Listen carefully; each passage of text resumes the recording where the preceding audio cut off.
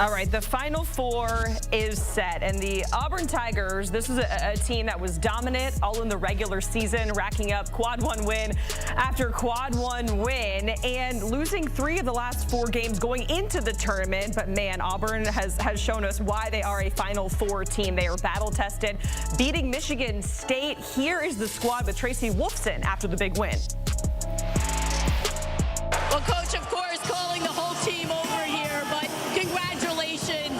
This team didn't let up once this whole entire game. What is it about this squad? These guys love each other. They trust each other. And there's been so much responsibility on us being the #1 ranked team in the country. We've been a historic program in Michigan State, a team that gets to the Elite Eight and never loses, okay? We got this guy right here, number 4, best player in the country. He was absolutely the man on the inside. And it's about everybody. We all share it. And how about the best fans in all college basketball? It was an incredible crowd having your whole back the whole time. But you talked about Janai. Let's talk about the Willis Reed moment. He goes down. I know there was a lot of concern, a lot of fear. Yep. What was that like when he walked back out onto the court and then hits that 3? It was the Willis Reed moment. Flat out was the Willis Reed moment. But then he comes out there, he bangs the 3 ball, and the whole place. You know where we're going, Tracy?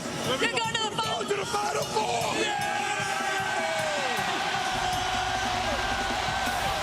Yes, you are going to the Final Four, Auburn. You can't match that energy. This is Bruce Pearl's second time with Auburn in the Final Four. Did it back in the 2018-2019 season. Fast forward to 2025, Auburn now sitting at 32-5, and Janai Broome and company going to look to go even further this time around.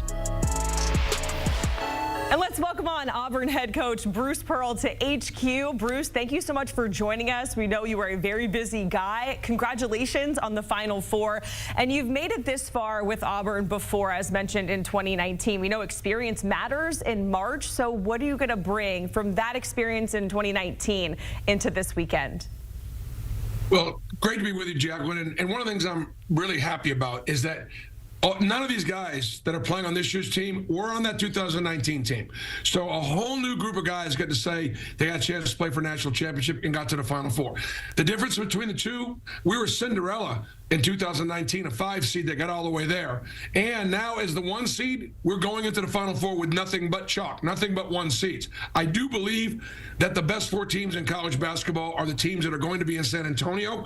And so therefore, whoever wins it all is truly going to be a worthy champion, having to have to go through the best. Yeah, and it's very rare that we've seen all 1 seeds make it this far. To your point, we saw Janai Broome and Tracy mention it in that interview. Everybody wants to know how he's doing after that scary fall against Michigan State. He goes out of the game, of course. He hits a big 3 upon checking in. And we know the rest. You guys are cutting down the nets here. But what is his condition? How is he feeling ahead of the Final Four? Well, you know what? The team took Monday off, and we're going to go Tuesday and Wednesday without him. He needs to let that elbow rest. Fortunately, he's got no injury, but he did put some stress on the joint, and we'll get him back going again, hopefully on Thursday when we practice at the Alamo Dome.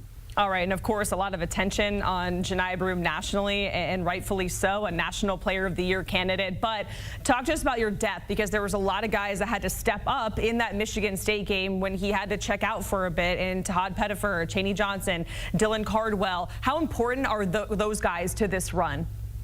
You know what? Every coach will tell you that we're only as good as our weakest link, and it is about the team. And our guys have all stepped up. We got 7 or 8 guys that are in our rotation right now, and they're all, playing the best basketballs of their career. Janai Broome was 10 for 13 against Michigan State. I mean, you talk about playing so very, very efficiently. But when he went out, we didn't necessarily drop off defensively because Chaney Johnson and Dylan Cardwell were able to pick up the slack. And we've got 4 dynamic guards that are all able to do it on both ends of the floor. And so this is a sum of its parts. And why we've been so good all year long is because we don't rely on just one guy. We have the best player in college basketball in Janai Broome, but we got 7 or 8 other guys that have made a huge difference. And all season long, your schedule was very, very tough. We know the SEC was a gauntlet, and we get an SEC on SEC matchup here on Saturday. You're facing Florida, a team that handed you your first conference loss. What did you learn about that team back on February 8th? How have you evolved, and what are you going to take with you going into this weekend from that game? Yeah, well, they just flat out handed it to us, okay? They put up 90 in Neville Arena, which is hard to do, and to their credit. So we're going to have to make some adjustments on the defensive end for sure. We missed 40 shots and 9 free throws, and so Florida did a great job of guarding us and challenging what we do. Of course, Todd's one of the best young coaches in all of college basketball, and a dear friend. I'm very happy for him, very proud of him. And I've said for the last couple of months, I think they're playing as well as anybody in the country. So I'm really happy that we got there. The only time I want to play Coach Golden is for championships, and certainly a championship is on the line on Saturday. We're going to talk more about Todd Golden in just a moment, but I got to talk about Walter Clayton Jr. first. He has come through very clutch for Florida time and time again. How do you plan against Walter's shot making, or is that just something that you know is going to happen and you kind of pivot? How do you plan against players like that? Well, Jacqueline, Walter Clayton has been the best guard on the floor almost every night he's been on the floor. That's just a fact. And so, but he's not alone, because you got Richard, you got Martin, you got some guys coming off the bench.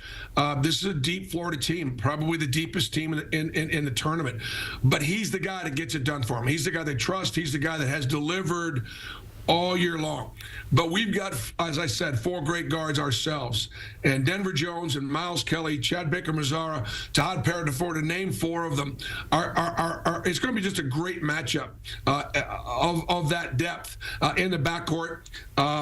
If Clayton can see it, he can make it. And we just got to do a great job of contesting those shots and then keeping probably the best offensive rebounding team in the country off the offensive glass. Yeah, Florida getting a lot of those second chance shots. I know you talked about Todd Golden, and we know the relationship that you guys have, and it runs deep. It's been talked a lot about how Todd was an assistant for you at Auburn before he went to San Francisco, but you actually coached him at the Maccabi games in Israel back in 2009. What do you remember about Todd as a player from that time? Well, at the time, Todd was actually a pro playing for, I believe it was Maccabi Haifa in the Israeli Pro League. And we were able to convince him to join my son, Steven, and my agent, Steven Gruber, and Danny Grunfeld, who was was probably one of the best Jewish players in the history of college basketball. He had a great career at Stanford. And of course, his dad is Ernie Grunfeld, who was a longtime, great NBA player and general manager. We put that team together. I'll tell you one thing that you don't know. John Shire actually had an opportunity to play on that team in 2009, but he had another opportunity that he could not join us. So I almost had all those guys on that team that won the gold medal. Todd was a great point guard, a great scoring point guard, and I always said, don't be fooled by that little Shayna Punnam. That's that beautiful face. He's a good-looking kid, but he's a tough guy. And his teams play hard, they play physically, and so don't let that sheepish look fool you. He's the real deal. Bruce, can you imagine if you had Todd Golden, John Shire, all of you guys together back in 2009? How crazy would that have been?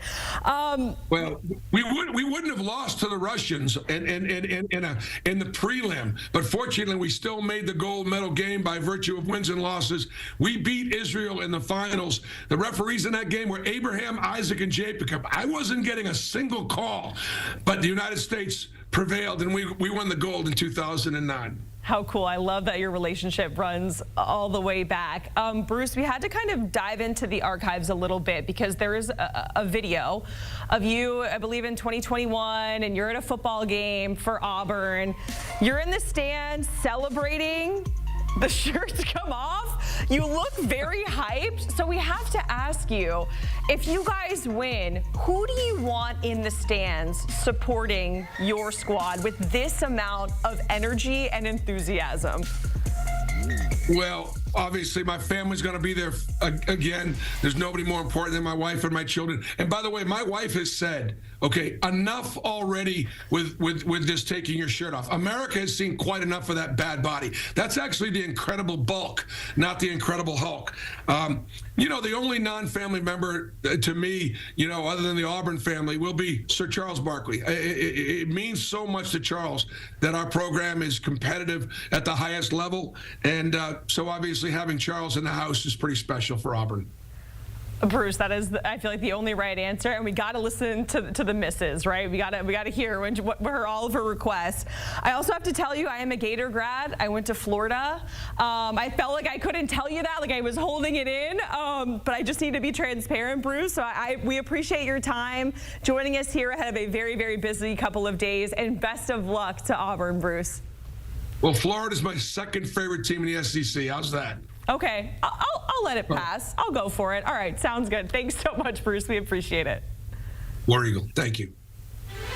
All right, and if you haven't already, make sure you download the March Madness Live app. And the Final Four is set. It is all 1 seeds, all chalk on the Riverwalk, as they're saying, with Florida and Auburn kicking things off at 6:09 Eastern on Saturday. Duke and Houston after that. You can watch these games on CBS and, of course, streaming on Paramount+.